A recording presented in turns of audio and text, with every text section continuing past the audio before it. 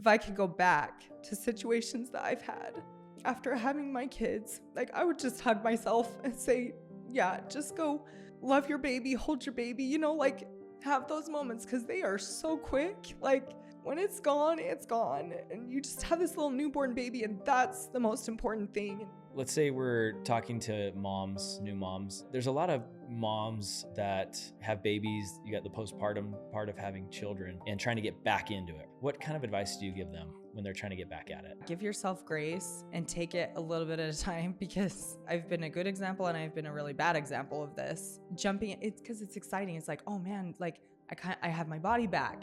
I would say easing into it is always way better. Like in the long run, taking it day by day, week by week, month by month, and giving yourself grace for sure, because your body goes through so much. Like having a baby is the hardest thing that your body can go through. But yeah, being patient with yourself, being patient with your body, loving your body in all of the stages. It's really hard. It's kind of shocking. You're like, oh yeah, I knew that I was gonna stretch and change, and you know, that I wasn't gonna be the same as I was before. Like I knew that, but then when it actually happens, it's kind of shocking. I would just say be patient, and also take every single stage and try to love it for what it is. Like life is crazy, and you're never meant to stay the same anyways. Even if you never have kids, your body gets older, or you know, like you might have an injury that changes you forever, or like your body never was meant to stay the same your whole life. It's definitely a struggle for every woman who's had a kid that I've ever talked to. You're not going to bypass that because it's just part of it. I think it's supposed to be part of the process. I think it's supposed to be part of the experience. You know, easier said than done, for sure. Before we dive into today's episode, I want to give a quick shout out to the sponsor that makes this generational health podcast possible, Hiva Health. At Hiva, we're all about helping you live longer, feel stronger, show up better for the people and passions that matter most. Whether it's hormone optimization, medical weight loss, peptide therapy, personal skincare, or gut health, Hiva delivers modern, proactive healthcare that's designed around you. It's fully virtual, available nationwide, and powered by real technology and real people who actually care. If you're ready to invest in your health span, not just your lifespan, head over to hivahealth.com and start your journey today. I should note that prescription medications must be prescribed by a licensed provider in your state, and individual results will vary. And with that, let's go ahead and get started on our episode. Thank you. All right, Jessi, welcome to the podcast. Thank you. Stoked to be here. Yeah, it's fun having you here. I'll let you introduce yourself. So maybe just tell us first, how do you pronounce your last name? Meservy. Such a cool name. It's different. Seriously, I think it's so cool. Jessi Meservy. Thank you. Maybe just tell us a little bit about yourself. Where are you from? What do you do? A little bit about myself. I'm a mom. I have 2 kids. I'm a wife. I run a business. It's a gym. We do group fitness classes. That's kind of who I am. You know, what I do, my daily life revolves around those things, like being a mom and teaching classes and running classes through the gym. Yeah. What was your question? What was your next question? I was just getting to know you. How long have you been married?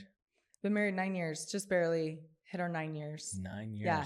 Nice. And where, you said you're from Utah? Yeah. What part? Yep. I was born here in Arizona. My parents moved when I was about 3 or 4 years old to Utah just for my dad's job. And I grew up in a small town called Salem, which I don't know if you've heard. It's like in the middle. I've driven through it. Yeah, probably driven through it. There's like a pond there. No, it's actually growing now. It's a little bit bigger than it was, but grew up in Salem.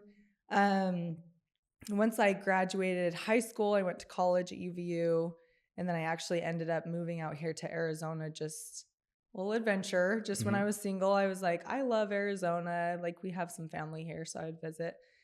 I'm a lizard. I love the sun. So I would come and visit here. And then I think I was like 22, 23 when I ended up coming back here and just living here for a few years when I was single. And then I connected with my now husband. He was living in Utah at the time. So we connected. We did like some long distance. We kind of were like, okay, I was like, this is stupid. I need to just go back to Utah and like date him, really like him. So moved back to Utah. We dated, we got married, and ended up back here in Arizona to open the gym. So yeah, that's kind of my back and forth between Utah and Arizona. And I hope I'm here forever. I love it here. But that's cool. And yeah. so is all your families up there? Both your families still there? Yeah. My husband has a sibling that lives in Ohio now. He had a sister in Texas for a while. I have a sibling in Florida, but most of our siblings and our parents are all in Utah. Oh, So cool. yeah. Kind of same with us. It's like we Really? actually we don't have any family here. It's pretty much everyone's either up there. We've got some family in Vegas, Yeah. but we're sort of we moved here from Houston. Oh, really? So we haven't lived there for a long time, but we're both from Bountiful. Oh, I didn't know that. Yeah. Yep. I feel like so many people here have a connection to Utah, whether it's like they have family there or they went to school there or, you know, lived there for a second, whatever. For like, sure. Back and forth. Well, that's cool. So you moved here specifically to open the gym? Mm-hmm. Yep. I moved to Arizona to open the gym. I was in partnership with another company. And so it was like a 3-way partnership with the building and then this other company that we kind of collaborated on the gym. And that's how I got started down here. And now I'm doing my own thing under my own brand. But yeah, it's been a wild ride. A little bit of a journey. Yeah. How long ago did you guys open up the gym? February of 2020. 2020. So, crazy time. It's 5.5 years. Yeah, coming up. Crazy year to open the gym. Oh, it was wild. Did you guys have to like close it? Yes. So I opened, it was Leap Day, February 29th, 2020. And then 2 weeks later, we had to shut our doors. And it was like the most stressful time ever. And my husband was still living in Utah at the time, like finishing up some school.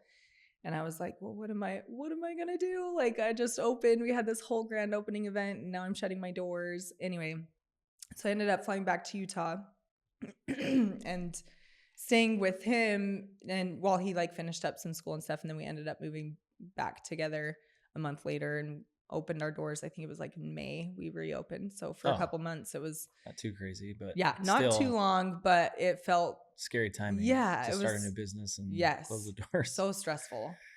Yeah. Well, that's cool. And so you got 2 little kids, right? How old are your kids? I have a 4-year-old and he'll be 2 soon. 4 and 2. Yeah. Awesome. Crazy ages. Yeah. They're wild. 2 little boys. So what, maybe, okay. So the name of your gym, the gym class, the gym class. Yep. Okay. So what kind of got you started in fitness? Has fitness always been a part of what you do? Why, like, is this something you always knew you wanted? I mean, to move out of state, to open up your own gym, like what kind of led up to that? Yeah, there's some passion there for fitness for sure. Like all growing up, I loved running track. You know, I loved all of the things. Like as a kid, I did some soccer, did some baseball, you know, some softball and things. But as I got older, I was really into running specifically. And had a couple injuries, which led to having to like kind of lay off my knees for a while and got into more of like the weight training and whatnot. I would do these videos at home and I would like go to the gym and try to piece together my own workouts and stuff. And as I started college, I was like really interested in exercise science. So I started kind of studying that anyway. So that kind of segued into like, what would I actually want to do with this? Like, do I want to be a personal trainer? And I wasn't super into the one-on-one stuff. Loved the aspect of like community. So I started teaching group fitness and I loved that. So it's been this whole thing. Like I've always just loved fitness and loved like moving with people. Like the community aspect has always been what I've been super passionate about. So why do you think, group fitness has really like taken off? Like it feels like in the last 10 years or longer maybe now, but it's kind of started with Zumba. Yeah. And then you got like high fitness. Yes. And all these programs came out, but I've personally not been great with group fitness. I'm kind of the lone wolf type that I just kind of like to put my headphones in. It's my time to, I don't know, meditate. But I go by myself. I work out by myself. I kind of just do my thing. My wife's different. She really loves like the group fitness culture. So just curious from your perspective and all the classes that you've taught, all the people that you know, what would you say is the power behind group fitness? I think people thrive off of each other's energy. Like you really feed off of someone else's drive more than you realize. So the aspect of, oh, I'm pushing myself, I'm challenging my body, I'm doing something really hard, and I have people around me trying to do the same thing. Or maybe you're like, oh, I want to be strong like that. Or, oh, I want to like connect with this person. They seem really cool. Whatever your drive is. I think it's very, for me, I don't know. I just feel like it's infectious. Like you get around people who love to challenge themselves and push themselves, and they've got crazy drive. That's going to bleed out. And obviously, like, it's going to affect everybody around you. So what I'm super into is that part, or it's like I'm meeting people and I'm being pushed by them, empowered by them, and they might not even have any idea that they have that effect on me, or vice versa. And teaching in a group fitness setting is so fun because you can literally see it happen, like, as you're teaching, and people make connections. And sometimes I'll be like, how'd you guys meet? And they're like, here, 4 months ago we met here, and now they're besties and they love to go to lunch and their kids are friends or whatever. And this is going to sound so cheesy, but I believe this. It's like life-changing when you can find a cool group fitness setting like that, where people are just real and raw. Like you have to be when you're sweating and especially for women. I know it's different for men, but women, I remember when I very first started joining these group fitness classes in different places. Like you said, there's High Fitness. There was like back in the day, like the, I don't know, maybe it's still a thing, BBG, anyways, insanity classes. Like people are seeing your worst, you're seeing their worst, and you're all sweaty and you look like crap. And women always think that they need to look 100% all the time, right? But you can't be put together when you're like trying to do 100 burpees. So you're seeing like that real raw version of people, and people like that. Nobody wants like this put together like glass human that doesn't have any actual personality. So I think for me, it's attractive to be able to see someone like in their grit and thrive off of that and feed off of that too, because it's infectious. So I got a taste of this last weekend. We were at the same group fitness. Yeah. What would we call that? Group fitness event class yeah. Supporting a mutual friend that's doing their own thing. And so I actually really liked it for a couple reasons. And when I say I'm a lone wolf, it's probably just because that's what I'm used to doing. Yeah. And that's my comfort zone. And that's where I do get my alone time. But I really, what everything you're saying was really true for me too. There was a lot of the parts that you're kind of like, there's like these insecurities because you're around all these people and you're doing stuff that for me that I work out. And so you kind of think you're strong, but then you do some of these alternative type movements and then you feel really weak really fast. And it's a little humiliating. And so, my wife really enjoyed watching me struggle. Yeah. So I was totally struggling, but then to your other point of just being kind of in that state of just sweating and gross, but then afterwards everyone's high-fiving and everything's it's cool. And for some people I do think it's a religion, right? It's like it is kind of their spiritual grounding. And the other thing that is really cool with this, and something that I'm really trying to dig into a little bit more, is kind of like this whole like mindfulness and breath work and all that, which with group fitness, it's kind of cool because there's actually someone else I'm trying to get in here too, that the main reason I'm trying to get them in is because I've heard that when she opens up a Pilates class, her kind of intro is just so inspiring. Ooh, and I'm like, that's really cool, right? Like you just like to open up in the one that we did, it was kind of the same way. You're sort of like, in a way, it's like there's this meditative piece to it. I love it. You kind of become like, and then at the end, there's kind of this gratitude piece. So it's like, it's like being in the moment. And at the end, it's like being grateful for the body that we have, that we're even able to be there. Yeah. And that all the freaking awesome stuff this thing can do, and taking a moment to just be there and be grateful and then be surrounded by other cool people. Yes. So that was my experience. I know. That's been a topic actually. I was like pretty sick a few weeks ago. It went on for like 2 months. I was like, what is going on? Anyways, yada, yada. I won't bore you with that. But in that like dark hole of like, what is happening? You know, I was just in my brain thinking like, I am going to feel so happy and so grateful the next time I can just go work out, you know, the next time that I can actually make it to the gym and like teach my classes. I miss it, whatever. And I literally had that thought as soon as I could get back in the gym, just literally, and this is again, so cheesy, but I was like trying to choke back tears. I'm like, I am so grateful to be able to move my body. Like there are people who wish that they could do what I'm doing right now. And it's not much. I was still trying to get back into it, you know, and I was modifying everything and just trying to breathe. But just like feeling that gratitude and feeling, I don't know, just trying to pull yourself out of like there's just highs and lows. Like there's ebbs and flows in life. And to move with gratitude is going to feel different than moving with ego or moving, you know, any other toxic trait. But I totally believe that. I think I think it's cool. And it's something that definitely happens in group fitness too, where it's like, you're also high-fiving other people. You're also trying to uplift other people around you. And in return, that feels good to you, you know, or you're like, oh my gosh, I'm so proud of you. I've never seen you do a box jump. You just got your first box jump. You know, that's amazing. You're clapping for them and you're also feeling good for what you're doing too. And yeah, what goes around comes around too, you know? For sure. So that's awesome. Yeah, I was just, when you're talking, I'm thinking through some people in my life that didn't really have as many. Okay, so an old boss of mine, I'd call him a mentor for sure, close friend of mine. He played collegiate football, super good athlete.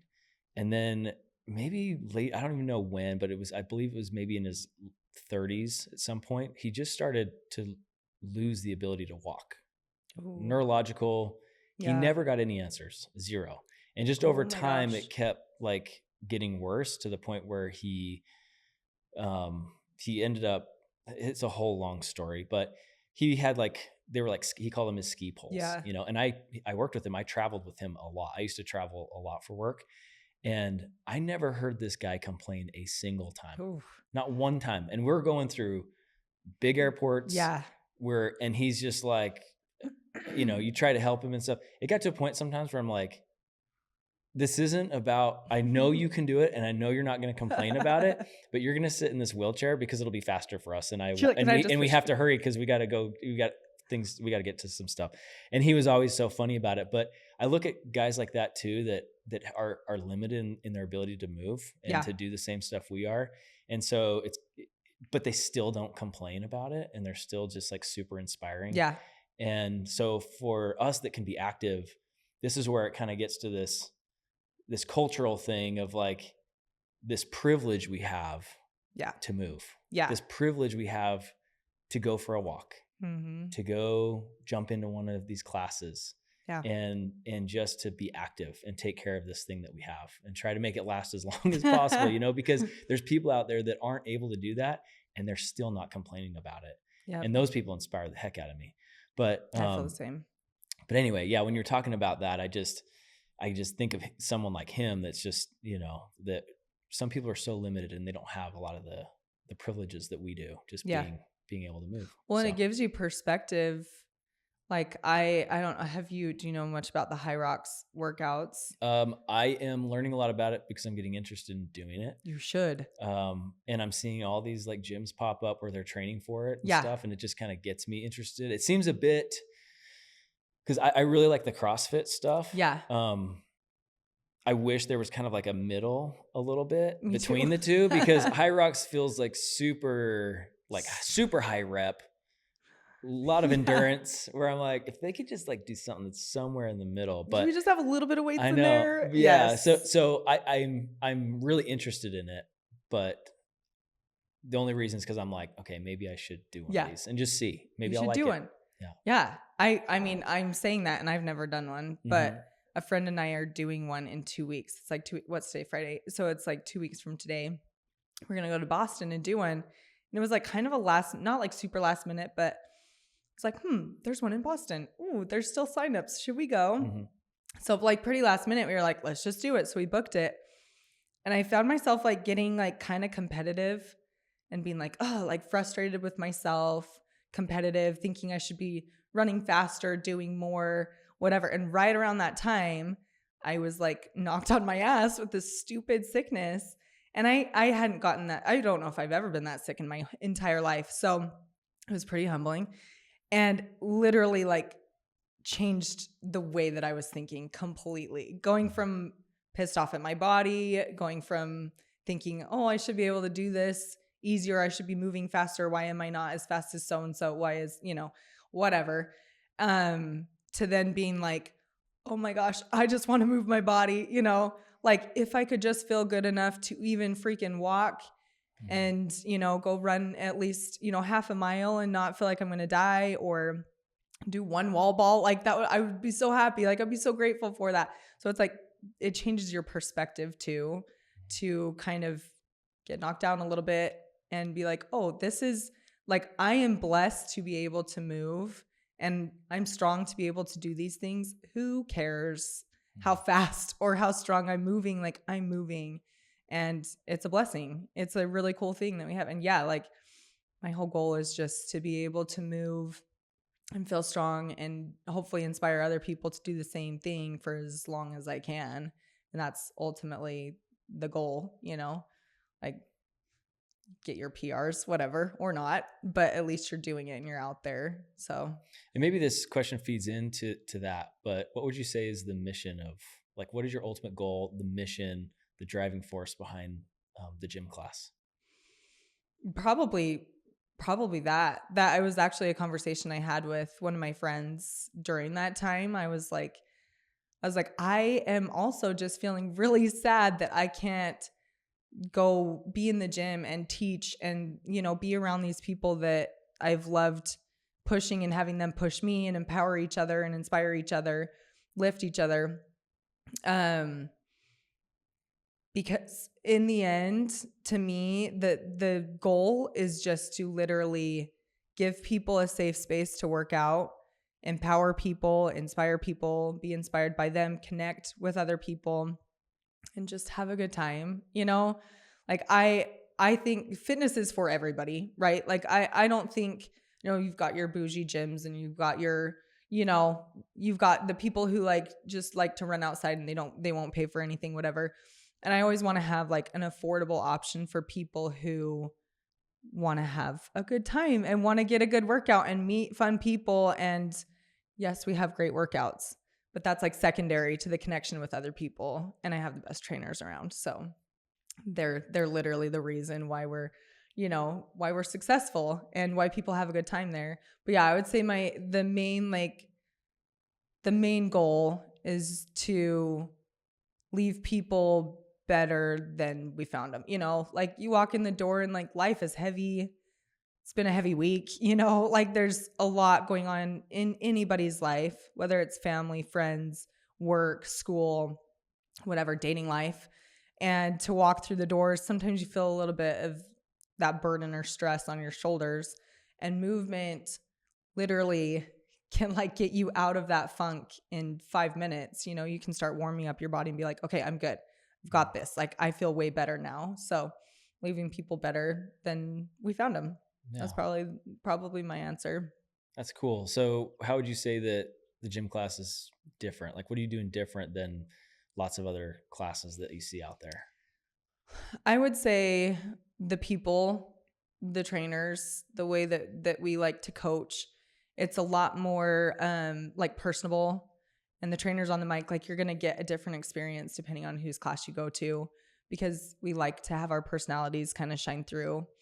So I would say that's a huge thing that kind of sets us apart. Yeah, I would say the people, the community.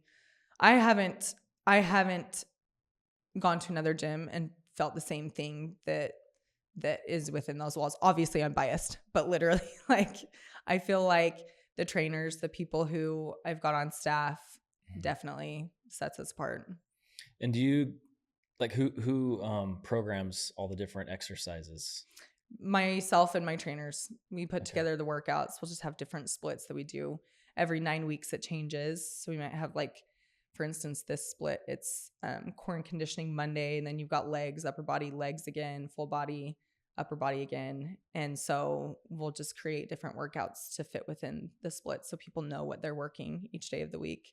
So it's more organized. But Are the workout types different, like than you would with lots of other classes? Because I see videos. I've never been to one of your classes. I need to go. You do.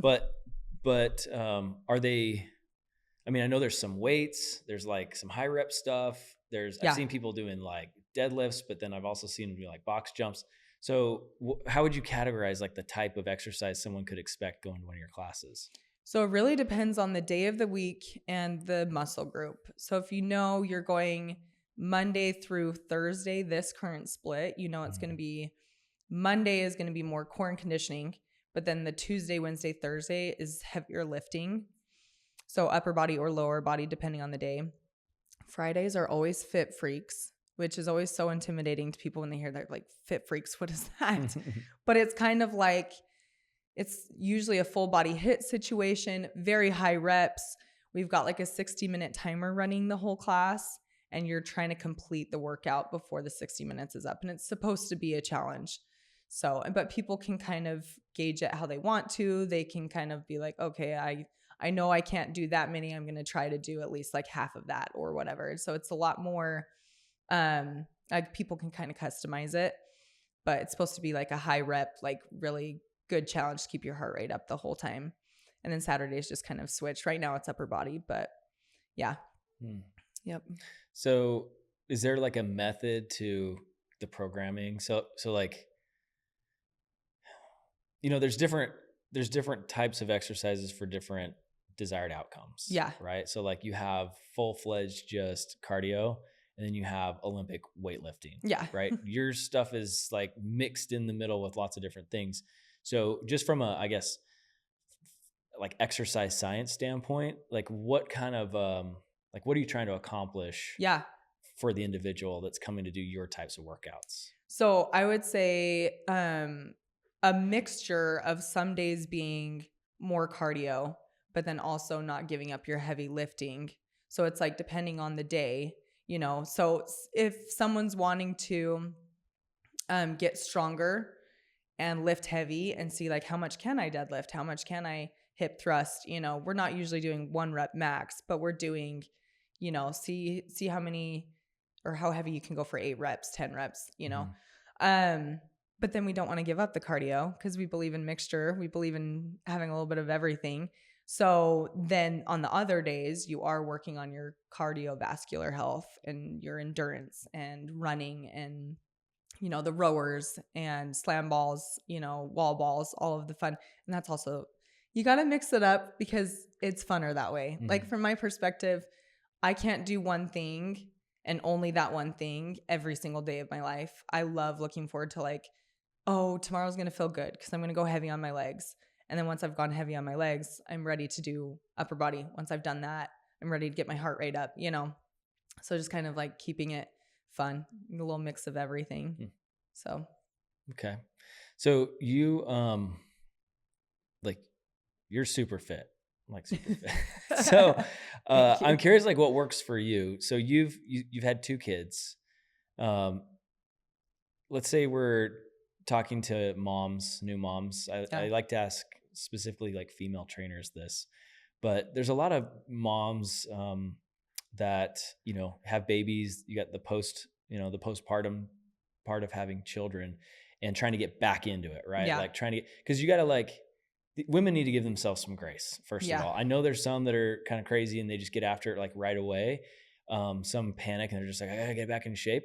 But I'm of the belief that it's okay to take a little time and just enjoy those first moments with your new baby and all the stuff that you get to do to take care of that baby. And your body just went through an extreme battle and it's going to take some time to heal and get back to 100%.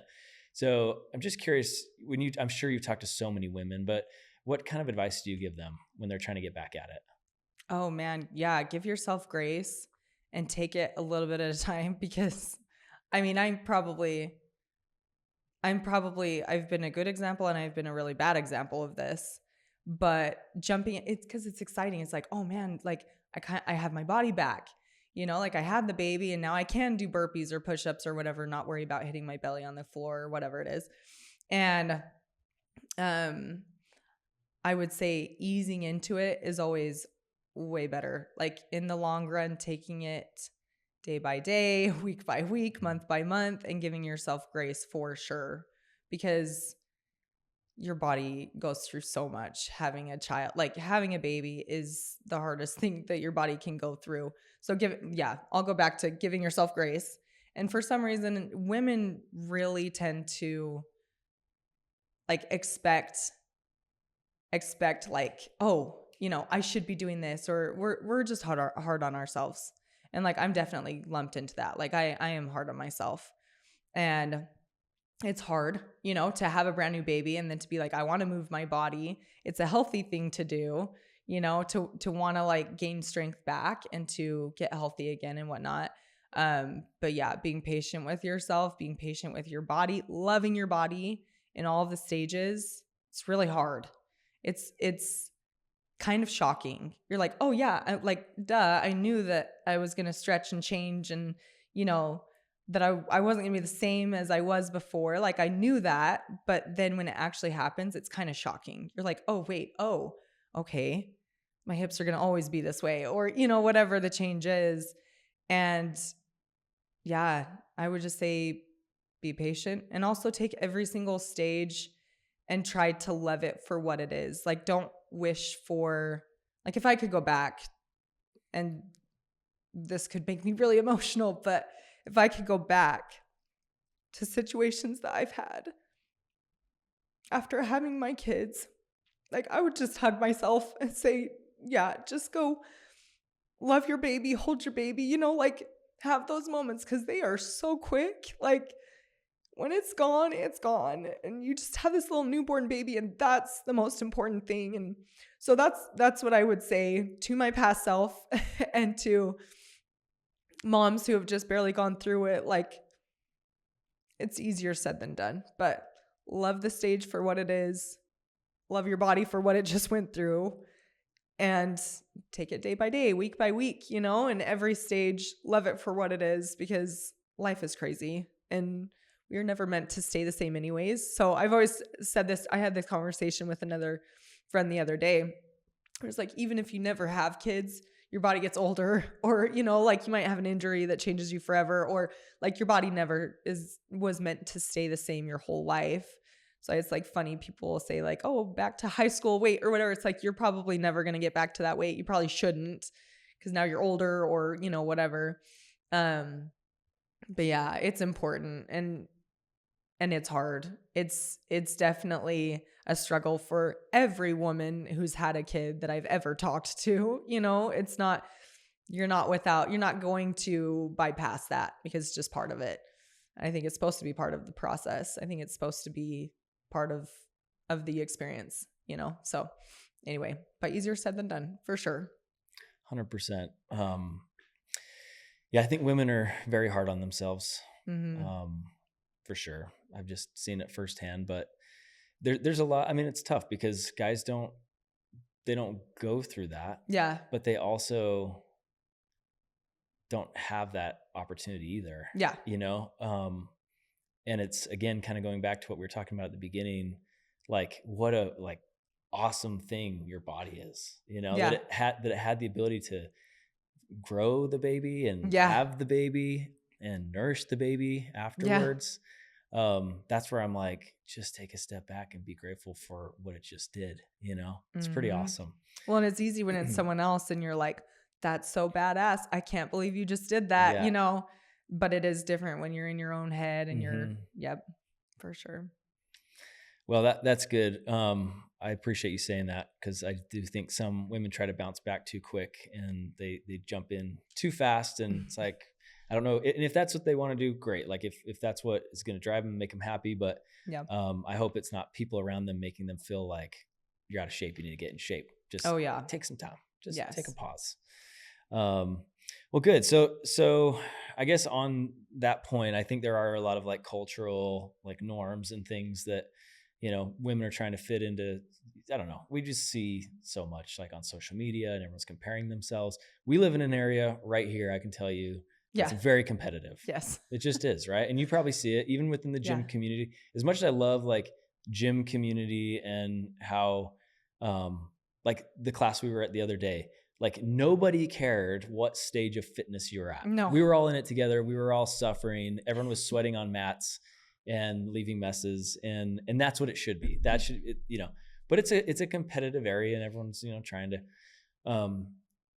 you know, everyone's trying to be, I guess, the best version of themselves. But with that, I guess I'm kind of losing my train of thought getting off on that piece. But what I was saying is like, from a societal standpoint, we also have all these like people that are know-it-alls. Everyone's I mean, you just see this week with everything that was going on in the news and some of that, everyone becomes an expert on everything, right? Within the health space, everyone's a health expert all of a sudden, or everyone's a fitness expert online. So what are some of the things that just like, well, that just, when you see them and you're just like, that's actually not true, or like myths, things that are just getting overblown or too far to one side or the other? What are just some things that you're seeing that really just don't sit well with you? Oh man, we could be here all day. A couple of things that the first thing that came to mind was the whole, like the trend on social media of like what I eat in a day. And it can be so helpful to people who want to see like, what's a good lunch, you know, option for someone who wants to eat high protein, or someone who, you know, needs something on the go because they've got kids that they're dropping off, whatever it is.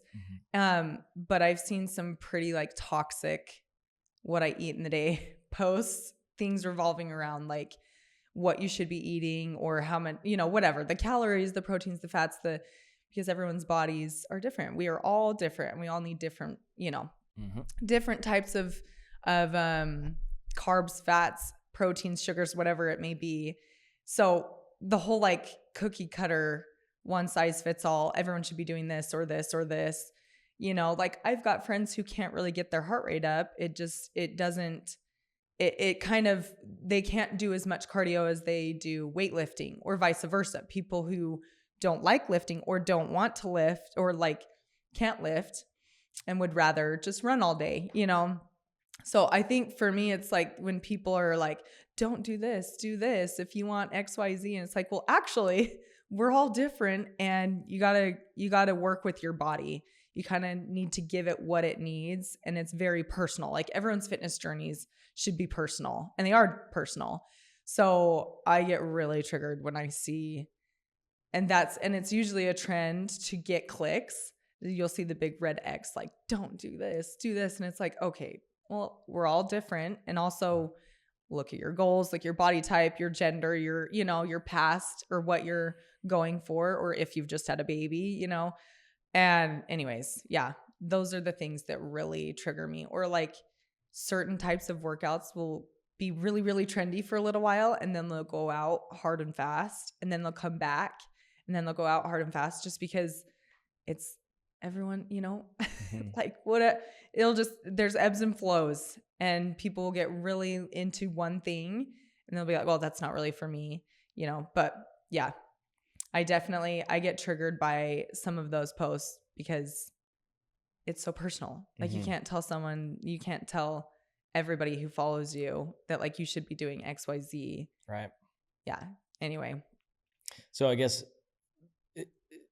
okay. So like fitness and like nutrition planning and all that kind of stuff is very personal, but are there things that people should just be doing every day? Like everybody should be doing every day and focusing on? Yeah. I mean, everybody should be drinking their water, moving their body to whatever extent they can, you know, if that's walking, if that's a light jog, or if you want to do a super high intensity, like high rocks workout, you know, everyone should move their body every single day, and then drink water and get protein in your body. Like everybody needs protein.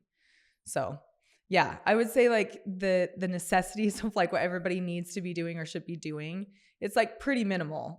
Outside of that, it's all just either opinion or it's a trend, or it's someone trying to like push their own, push their own agenda, whatever it is. But yeah, it's hard because the fitness industry can get really toxic really fast if you're in the wrong area, either like online or in person. Like I've been to gyms or certain group fitness classes or met certain people where it's just like, oh, I'm feeling all of these like more competitive comparison, like I'm not doing enough, or, oh, I wish I was, whatever. Those thoughts that we all have every now and then, versus being in a space that's uplifting where it's about movement and not like what you look like. It's more about what your body can do.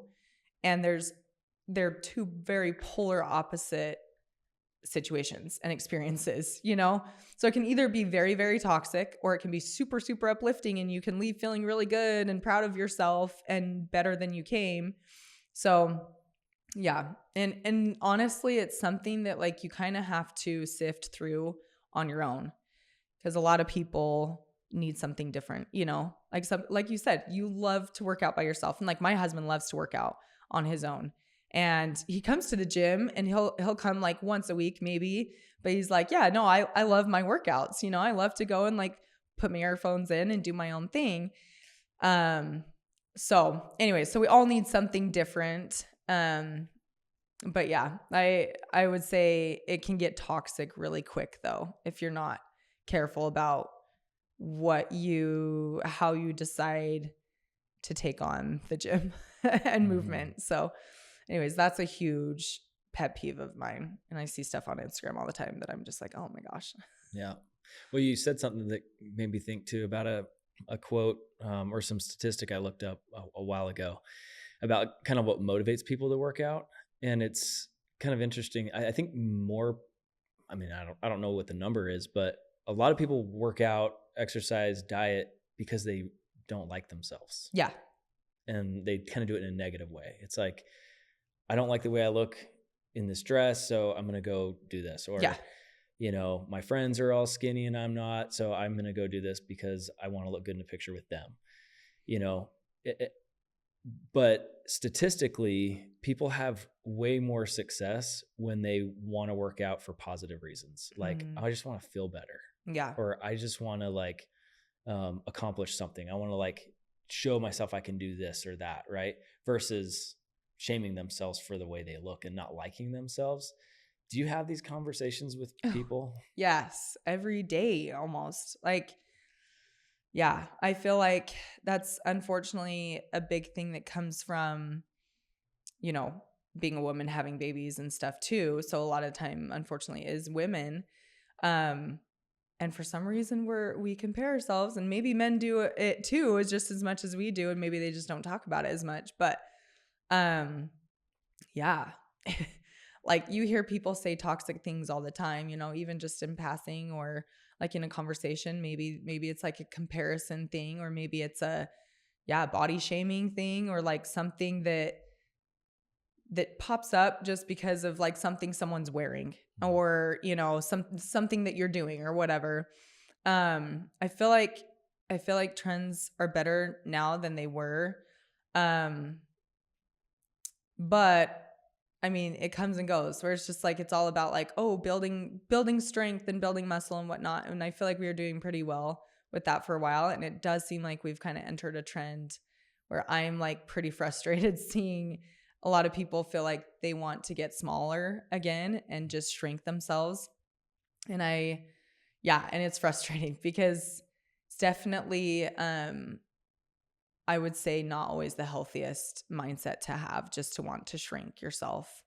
So yeah, it's frustrating. You have those conversations with people and it's like, it's inevitable though. We're all human and we all have thoughts and we all have things, and you kind of have to like mentally fight against those thoughts, and also like be careful about how you speak about yourself or how you speak about other people or how you talk about, like, I very, very firmly believe that the way that you talk about your body in front of other people affects you and them either positively or negatively. And being a mom, I care a lot that my kids never hear me say anything negative about my body. And I think that was a huge thing, like generationally, maybe like in our parents' generation, like definitely was something that I heard a lot growing up. And I don't want that to be a topic in our house. And I don't ever want my friends or people around me or people who go to my classes or my gym to hear me talk like that, because it's super toxic. Mm-hmm. So. Well, you brought up a good point I was thinking about too, is just how we talk around our kids, for sure. I think they pick up on so much stuff, and I've only got one girl. But I worry that like she's like this cute little girl, but it's crazy just in first grade, hearing her talk about the way she looks and things, like it's crazy. It's like, it's wild. And I'm so scared, like for her, just as she grows up, like I'm going to be a wreck, I think. I don't know how else to put it, but like just how hard, I think we are so much harder on ourselves than other people are on us. But like one little comment here, one little comment there that can stick with people for such a long time. Yeah. I was watching someone I follow on Instagram talk about kind of their personal journey and kind of just some of like these sound so insignificant and small, but I think she was in like elementary school, and a kid made a comment about the way she looked, poked fun of something about her, and it like was this buried insecurity that she had, like she carried with her for her entire life. Yeah. So, I mean, I don't have answers to this, but I'm like, okay, so how do we help our kids like feel that self-worth and value, so they don't carry that stuff with them, so they know like, no, actually you're beautiful. Yeah. You're literally almost perfect. Yeah. And none of us is perfect, but the way I see my kids, that's how you feel about your kids. They're perfect for sure. Especially my daughter, but yeah, I worry that they pick up on some of these things and then they carry them for a long time. Yeah. I think a lot of us do. I know, like even myself, like you said, guys or whatever, like we all have our own insecurities. We all, and I'm sure like we carry them through our lives without even knowing it sometimes. Like subconsciously, we're just really hard on ourselves. But I don't know. I don't know what your thoughts are on like how in the world do we help like these kids not carry that negativity all through their life that then continues to like haunt them and it influences their behavior for a long time. And you see people now talking about it that are like 40 years old saying, actually, I've had these eating problems my whole life because some kid that didn't know what he was talking about, that really was still a little kid too, said something mean to me in elementary school. Like it's crazy the things that we just kind of like hang on to. Yeah. Well, and you're so like, you're a sponge at that age too. And that's what's scary, is like your daughter, my kids, like you say one thing and they'll bring it up later on. And it's like, oh, how did you even catch on to that? Or so unfortunately as a kid, and I was like nodding because I'm like, yes, I know exactly what you're talking about, because I can think of very specific things that were said to me that I will probably remember for the rest of my life. Because at that age, you're very impressionable. And also you're just like, oh, like you notice something about my body, like, and then it just sticks with you. You think about it, it just kind of, even in college, I had a friend who literally is probably the most fit person I've ever met in my life. She's incredible. And she said something about her body once. And I just remember being like, wow, we are all, like none of us are, like, to me, she should have the confidence of anybody in this world. Like she's incredible. And then to hear her say something, that stuck with me too, thinking like, wow, we're all susceptible to it. Like, anyway. And then even I feel like, going back to your question with kids, I think one, teaching them that those things, other people's opinion of your body does not matter. Like what someone else, if it's inevitable. Like I have no control over what some kid is going to say on the playground to my kid. I can control how I speak to him and empower him and build confidence in him, or whether I say, doesn't matter, whatever he thinks or she thinks about your body or about your, whatever it is, like it doesn't matter, and just kind of brush it off like, oh, that's stupid. Why did they say that? That's dumb.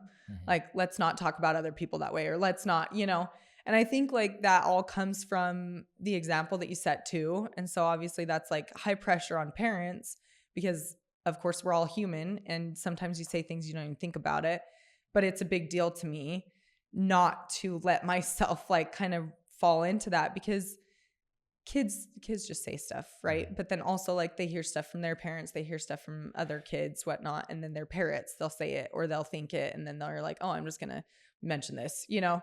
So I think like empowering your kids to not really care what other people think as much, easier said than done, but then also teaching them that it doesn't matter, you know, like it's gonna happen. People will say stuff, you might get bullied too on top of that, and you're a cool kid. Like you were saying about your daughter, like you're beautiful, you're perfect to me, and that's dumb. Don't talk to them. Maybe don't be friends with them, you know?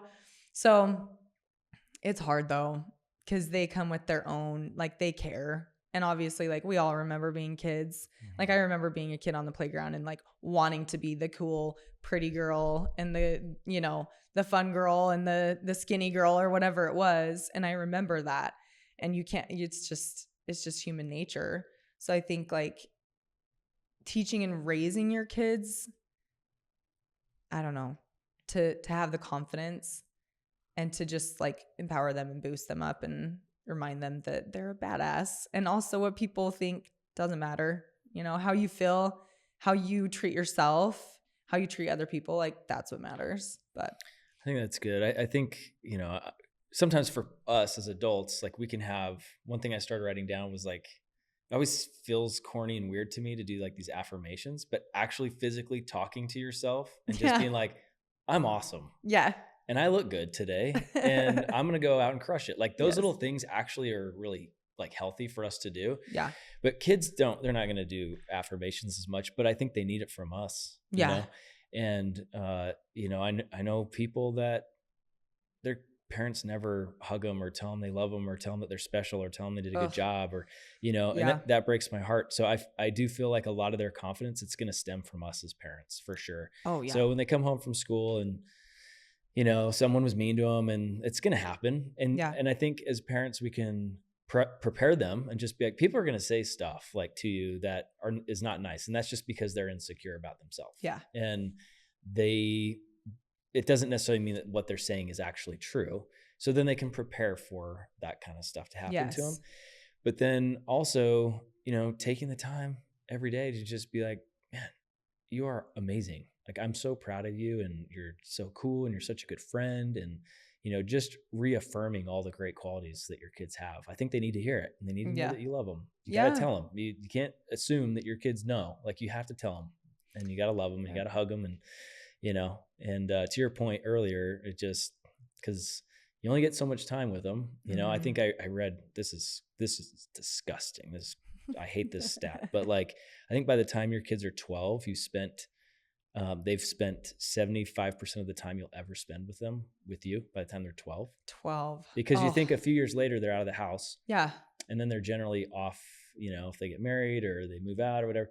So like you get 75% of the time they will spend with you is up by the time they're 12 years old. Oh my gosh. So if you got someone that's 12 or younger, sad. Cherish it. Yeah. And tell them everything you want them to know.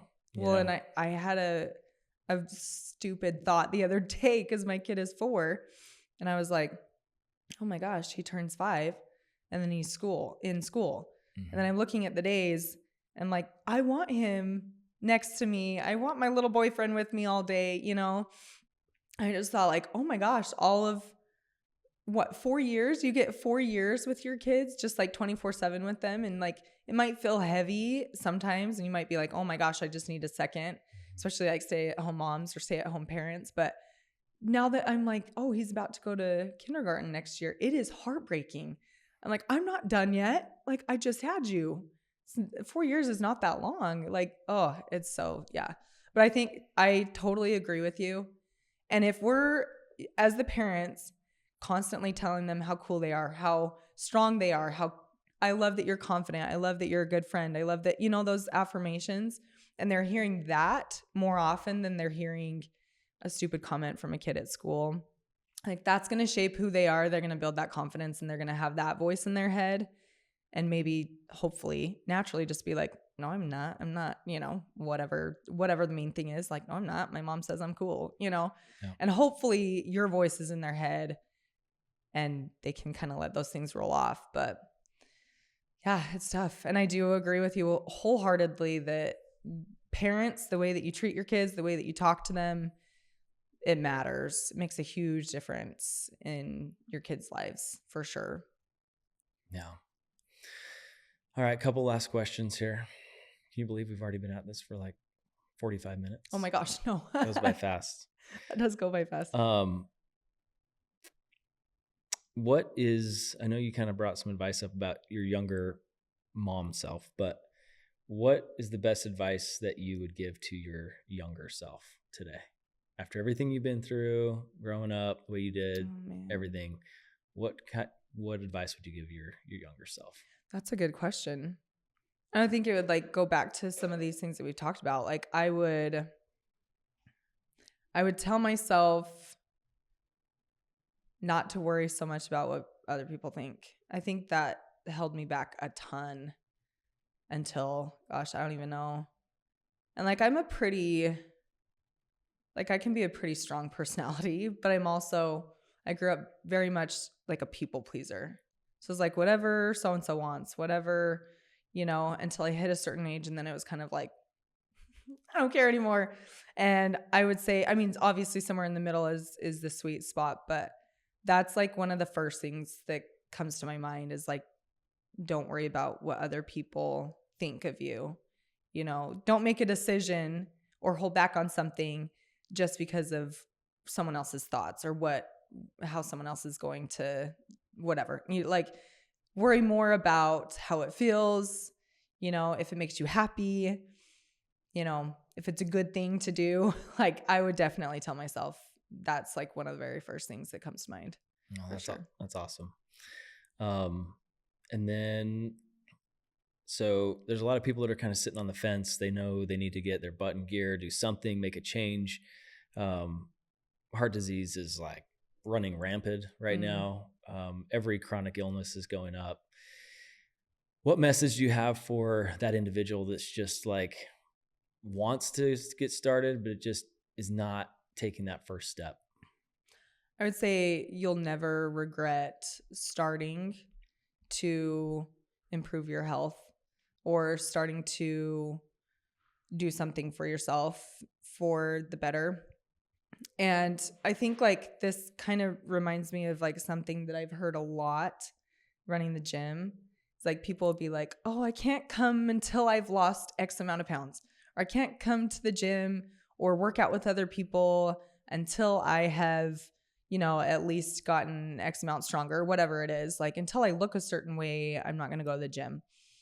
And it just makes me laugh because it's like, wait, that's where these changes happen, like that's where you're going to start to see improvement mentally, physically, emotionally. Like it's only going to improve your life.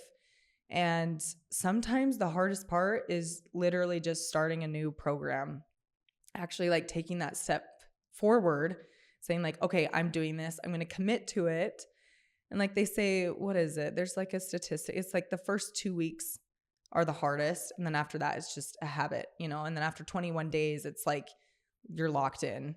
So I would just say it's worth it to invest in yourself, to do something for yourself and to better yourself. You're never going to regret at least like trying, So, and you might get into something and realize, oh, that's not as much for me. I might pivot and do something different. But if you're on the fence about starting something to improve your health journey, whatever, like you'll never regret it.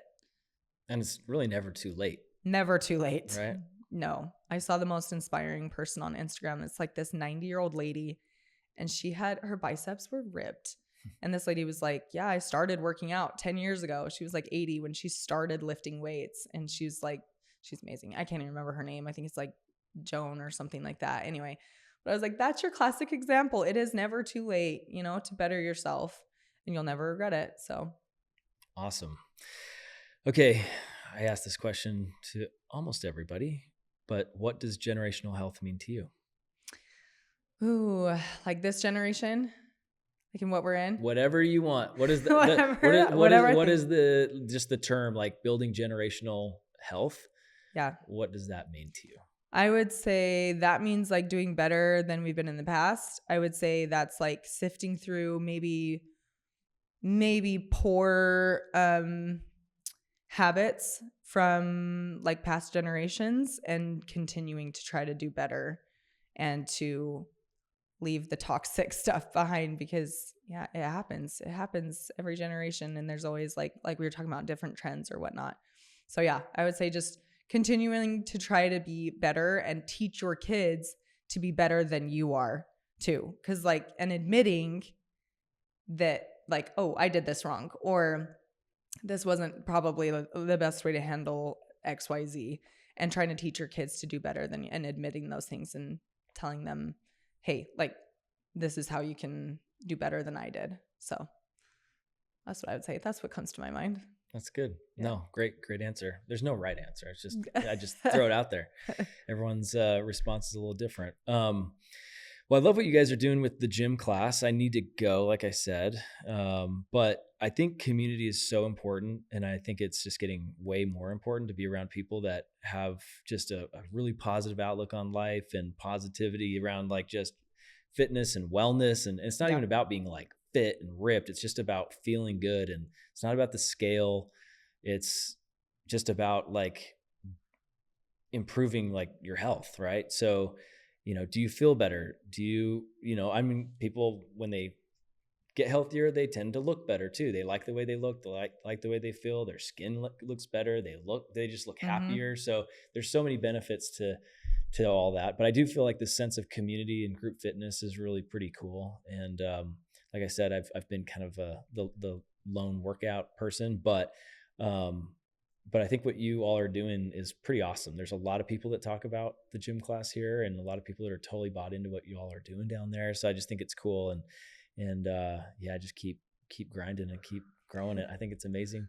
Thank you. But for those that I know, we're local here in the Gilbert, Mesa, Chandler area of Arizona, but where can people find you? Like, what's the best place to look you up? And Instagram and Instagram, we're on there just under the Dash Gym Class. Online, our website is the Dash Gym Class. We have online workouts for anyone in the world. And then physically, we have one location in Chandler, just off of Germain and Cooper. So you can look up our schedule on Instagram or on our website. We're on the Mind Body app. That's how you would book a class with us. We have morning classes, evening classes. We have every day except for Sunday. So are the classes like online classes? How does that work? So we have two different aspects online. There's one where you, it's like a follow along program, and that's like results based. So you can scroll through and say like, oh, I'm marathon training and I want to get stronger in my lower body. There's specifically like a guide for that. There's a High Rocks guide. There is for people who want to do the workouts like on their own. There's a guide for building upper body strength, lower body strength. That's a different aspect or a different portion. And then on the other side, we have like instructor-led videos. So you can click on the video, say, oh, I have 30 minutes. This is core and conditioning. I'm going to do some cardio and work my core for 30 minutes with this trainer. And we're just building our library. We literally just dropped that. I can't even remember the date. I should have this date memorized. It was like 2 months ago. Oh, that's so cool. It's like fresh. It's brand new. And we're just continuing. I mean, I am like busting my ass to get more and more content on there every day. Or every week. So but there's some cool stuff up there that we've just barely created. I'm pretty hyped on it. Awesome. No, that's great. That's good to hear. And I know that it was not easy getting in here. You got a sick kiddo at home, and thanks for figuring that out so you could come in. I'm stoked to be here. Thanks for having me. Yeah. Awesome. Thank you.